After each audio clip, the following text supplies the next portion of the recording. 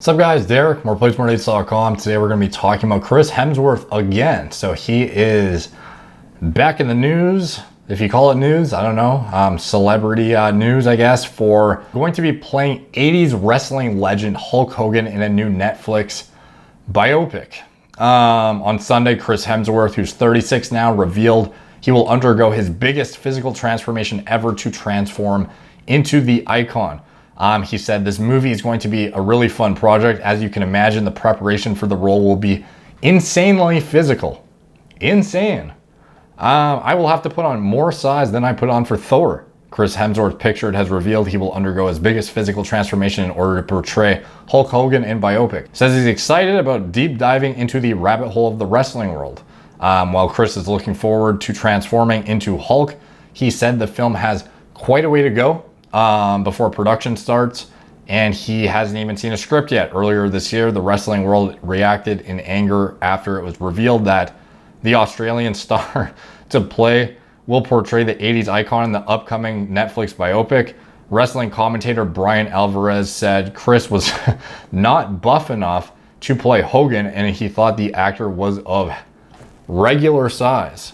So even more critical than I am apparently in my reviews. And I think Chris looks great even when he's not preparing for Thor. He looks sick like all the time. He's not sauced to the gills, of course, on in normal time, as like Thor, where he looks pretty damn good.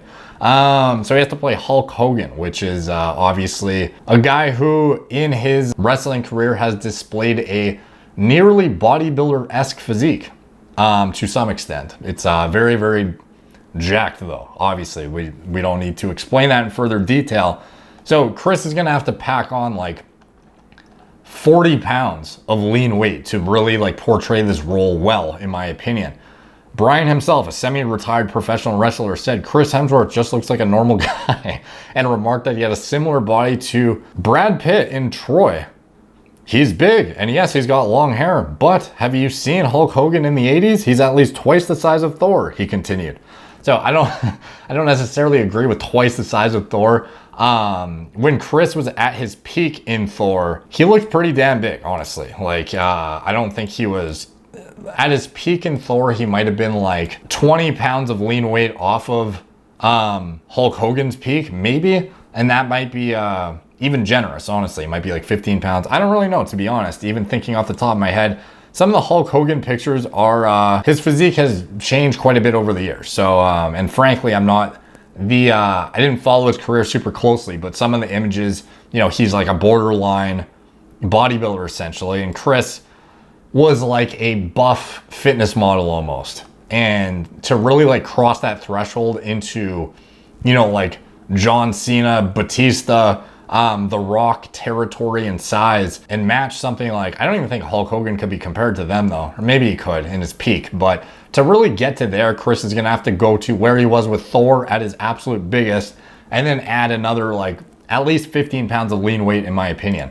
And that's just ballpark, could be significantly more than that for all we know. With that being said though, we've seen so many roles to date where the actors do not portray these superheroes in as good of a light as they are portrayed in the comics. So like we have even Thor. He's nowhere close in Thor to what he is in that you've seen like in the cartoons and whatnot. So I don't think it really matters if he's like not exactly portraying him. Obviously the wrestling community is going to be up in arms about if he doesn't look exactly the same and he's not as big, because that's just what people who are super fucking jacked always get annoyed at, is people trying to portray, you know, like stuff that they've put in the work to achieve, and then have people who are smaller come and like portray that, and like for them to feel like that is essentially a slap in the face to Hulk Hogan's discipline and work and all that kind of stuff, to, you know, not portray him as massive as he is.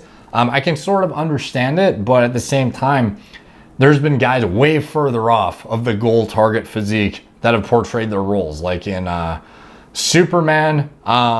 There was many times where Henry Cavill was not even close to what the guy in the comics looked like. Pretty damn close in the face, I would say, but in the physique, not as much. You know, Batman, if you look at the comics, some of the comics, Batman's like fucking 280, Mr. Olympia, essentially. And then we have guys like Robert Pattinson playing fucking Batman. If Robert Pattinson can play Batman and not even fucking work out through quarantine, I'm pretty damn sure that Chris Hemsworth is going to at least do a better job as Hulk Hogan than Pattinson is as Batman. So I don't think it's gonna be that bad as like these wrestling guys are talking about. And he's certainly not regular size. In June, Chris told Pop Sugar spoke candidly about the grueling process of gaining muscle and shedding fat to play Thor in the upcoming Marvel film Thor Love and Thunder. I put on a lot of weight. I put on about 20 pounds at one point.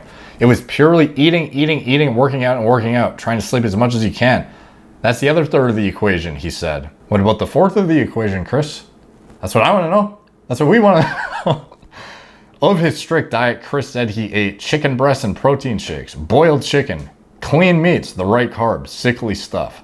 Standard chicken and protein and the right carbs, probably rice. Chicken and rice. I wonder if there's some broccoli in there, you know? That's always a good addition. I feel like that's the component that really caps off the whole celebrity transformation.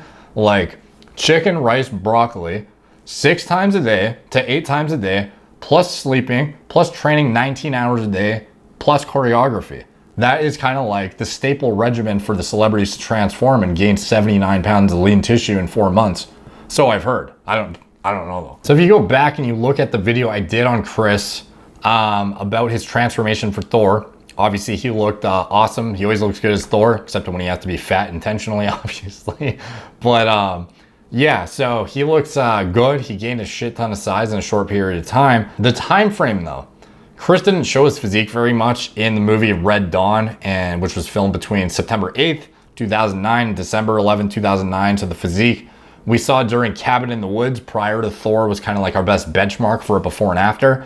And over 6 months following Cabin in the Woods, he gained 20 to 25 pounds of fat-free mass to his frame and completely transformed his physique. And this is where he looked the best in my opinion. And obviously as an untrained, even if you were a natural untrained newbie with insane genetics, you're not going to gain 20 to 25 pounds of muscle in 6 months. It's just ridiculous to assume so. So obviously I didn't think he was natural for that transformation. It was probably closer to like not 25 pounds of muscle. It's probably like 15 pounds with, you know, like 5 to 10 of it being temporary water and nitrogen retention, but still like 20, 25 pounds of lean body mass was accrued for that role in my opinion. So from what I speculated, Chris's physique peaked in size for the first Thor movie, and during his Thor prep in 2009 is likely when he used the most gear that he had used for the rest of his preparations for any Thor role. And that's just, obviously it could be diet related, it could be training related, it could be whatever, but just, you know,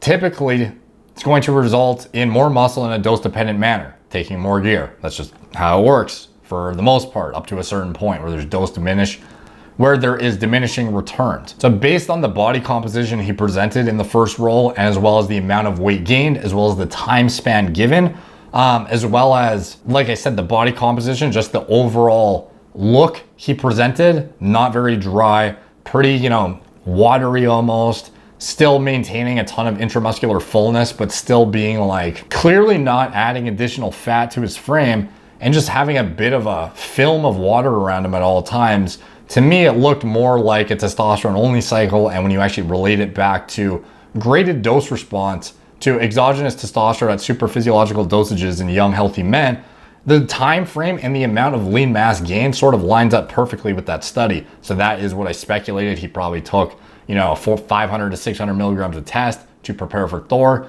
The time frame needed, I don't know, I guess between 4 to 6 months to prepare for that role. And you know, for what is he going to do for Hulk though? How much more above and beyond that can he really go? I don't know, but he's going to have to at least push his dosages up to what he did in the first Thor role, and for either a longer duration of time, or he's going to have to step things up a notch. In my opinion, I certainly don't think he's going to be using less than he did. He's going to be boosting his dosages up, or the duration of exposure is going to be significantly longer. I think the most successful muscle accrual phase he did, he's probably going to at least replicate that, increase his food intake substantially, and try and pack on as much weight as possible. And my guess is that his end body composition is probably not going to be as lean as he wants, because he's going to be trying to, you know, in a very condensed time frame, I bet he's going to try and pack on maybe even double the weight he did for Thor, because that's probably what he's going to need to do to represent, Hulk Hogan in a favorable light if he wants to be like the biggest that Hulk ever was.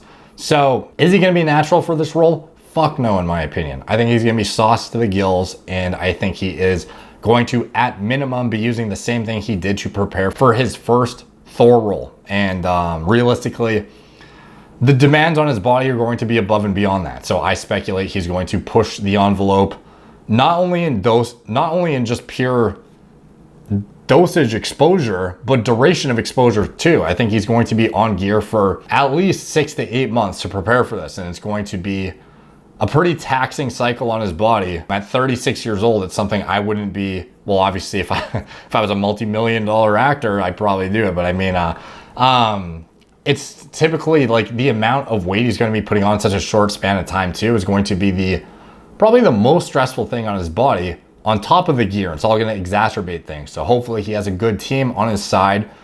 Well, I'm assuming he does. He's one of the top actors in the world that monitors his health and actually knows what they're talking about, knows how to evaluate his biomarkers, looks at echocardiography results, looks at, knows how to assess cardiovascular risk parameters accurately, and stays on top of it, because this is going to be a very taxing muscle accrual phase on his body for sure, and could be deleterious for his long-term health. Never know. So good luck to Chris. He has a lot of work. He's got his work cut out for him for this, and it's going to be a decent amount of pinning. So good luck on that, my man. And we shall see. It should be a good movie. I think he is fitting for the role. And if anyone's going to be able to put on that size that looks like Hulk Hogan, that's a A-list actor, it's him. I can't think of anyone who's better for the role and has the ability to pack on that amount of muscle in such a short time frame. So we'll see how it goes. Hopefully I will do a follow-up and we can, see how the movie goes. Should be good. So thank you guys for watching. Please like, subscribe, check out my blog, moreplatesmoredates.com. Follow me on Instagram at moreplates_moredates. Facebook, Snapchat, BitChute, Twitter, TikTok, Apple Podcasts. If you want to listen in the car instead of burn through your data on YouTube, I recommend you subscribe to the Spotify, the iTunes, the Stitcher, the wherever I am. I'm on at least a handful of those. I recommend you subscribe to those. If you drop a 5-star rating too on the Apple Podcast, it helps the algorithm there. All your algorithm comments are very much appreciated, and they help push the videos to a new audience. If you want to support the channel, check out anything I'm associated with in the video description below. My TRT clinic, it's all telemedicine, Skype, FaceTime, Zoom, whatever's convenient for you. So all you got to do is, email in with what you're looking for. Patient care coordinators are all very well qualified to pull your bloods, go through them with you A to Z, assess any imbalances or deficiencies you may have. And then from there, you can talk to our doctor, like I said, over telemedicine, and get prescribed any medication that may be warranted to optimize your current health. You can save $50 off your first order with MPMD50. Coupon code's in the description below. If you want to support the nootropic and pre-workout formulas that I create myself, it's Gorilla Mind nootropics. Those are great for mental clarity, focus, productivity, creativity, pretty much any long grind of a work day. If you are somebody who sits on a computer for a long period of time, you cram for exams, you do hardcore business presentations you need to stay up long nights to prepare for, whatever it is, the nootropics are very well geared towards those. Do a very good job of enhancing any kind of focus and productivity you could squeeze out of the day. It really maximizes that and helps a lot, in my opinion, as well as information retention.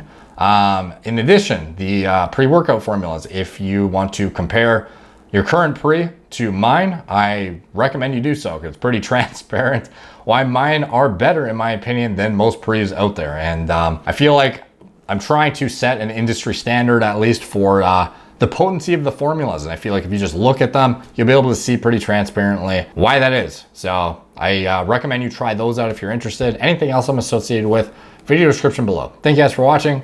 Talk to you soon.